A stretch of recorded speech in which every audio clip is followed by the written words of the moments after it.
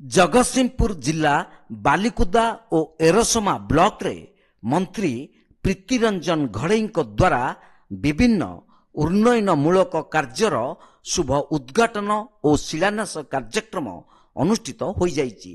बालिकुदा तहसील कार्यालय नूतन गृह तिहुड़ी नहरणा मुख्य रास्ता एरसमा ब्लॉक कोठी स्थित श्री जगन्नाथ महाविद्यालय नूतन गृह सह 15 ऊर्ध्व विभिन्न नूतन प्रकल्पर उद्घाटन और शिलान्यास कार्यक्रम अनुष्ठित हो जाइछि।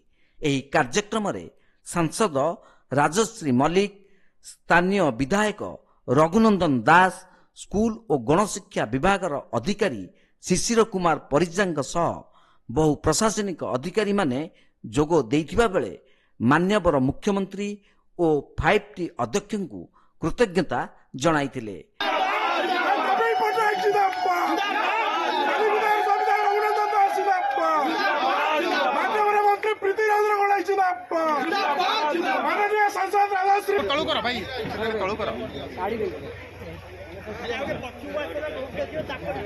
आज जो कार्यक्रम थिला विशेषकर एरसमा बालिकुदार 5टी रोड को टेंडर आई काम आरंभ हो। एरसमा ब्लॉक 4टा एवं 2टी road Balikuda block plus 2टी bridge आज शुभ देले। कोठी कॉलेज बिल्डिंग इनागुरेशन कले एवं जोटा आउरी रही 3टा ब्रिज एरसमा ब्लॉक एवं बालिकुदार गोटे ब्रिज ता खूब शीघ्र हेबो बोली टेंडर हेबो बोली मंत्री आज कहिसंती। किछि कार्य करा हिची उन्नयनमूलक कार्य से माननीय मुख्यमंत्री स्पष्ट निर्देश रही जे लोक जेमिति कौनसी प्रकार असुविधा भोग न करती।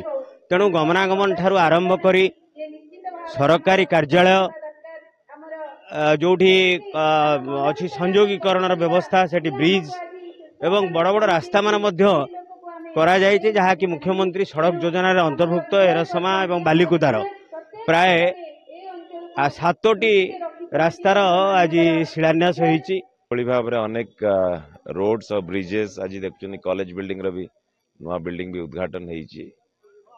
या आज सरकार उन्नयनमूलक कार्यक्रम रो जेबळी भाव देखुचंती गमनागमन सुविधा ठू आरंभ करी एवं शिक्षा क्षेत्र रे किभଳି भाव बेस्ट इंफ्रास्ट्रक्चर दे परिया पिला मानकु से दिगरे आज जेभଳି भाव शुभ दिया जाइछि, उद्घाटन करा जाइछि। निश्चित भाव जो लक्ष्य रखा जाइछि समस्त छात्र छात्री मानकु आज देखिथिबे ऐतिहासिक घोषणा करिसेंती 10,000 टंका एवं 9,000 टंका लेखाए तांका अकाउंट को ट्रांसफर हबो। से माने तांकर पाठ पढ़ा रे तांकर जीवन रे लक्ष्य रे पहुंचिया पई सहायक हबो। जगतसिंहपुर रीता साहू को रिपोर्ट तीर्थक्षेत्र लाइव।